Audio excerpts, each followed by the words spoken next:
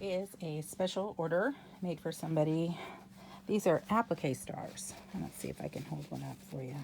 I just took a white duck cloth and used white thread. Had to do 50, and I'm kind of anal, so I plotted it out so that they were well spaced.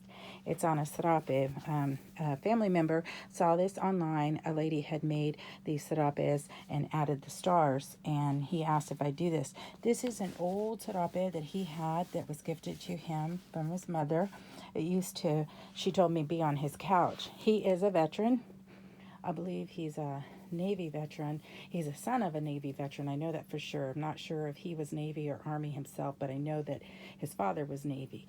And long family of veterans. His grandfather was a veteran. His grandparents actually met when his grandfather was stationed locally, and then he met his grandmother, and they married, and then they had children, and most of the children went into the service. So long history of military service. I know a lot of people have feelings about the flag and so on and so forth. I think it's a beautiful idea. It's no disrespect to anyone to blend your cultures. My children are all in the military, and my father is a veteran, and it's just something, you have love for your culture and love for your country, and it's just something that he will have in his home that will mean a lot for him because, again, this is a family heirloom. He grew up with it on his parents' couch, and then his mother gifted it to him, and then I made these stars for him. You can vaguely see still where the lines are where I drew to plot out. So what I did was I measured it and figured out this the ratio, how much blue versus the flat, the sarape, and then how big the stars had to be, and then I drew the grid lines, and I put X's where, missed it, X's where the boxes where the stars needed to go, and then I did each one on the embroidery machine.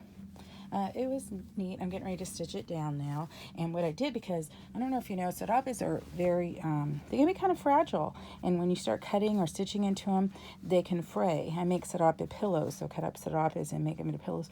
So what I've done in the stitch line is ironed in interface, so to help strengthen the fabric. So when I sew it down, funny story, I'd sewn this down and then realized I needed to take it off because I'm kind of anal about stuff, and I felt it was backwards.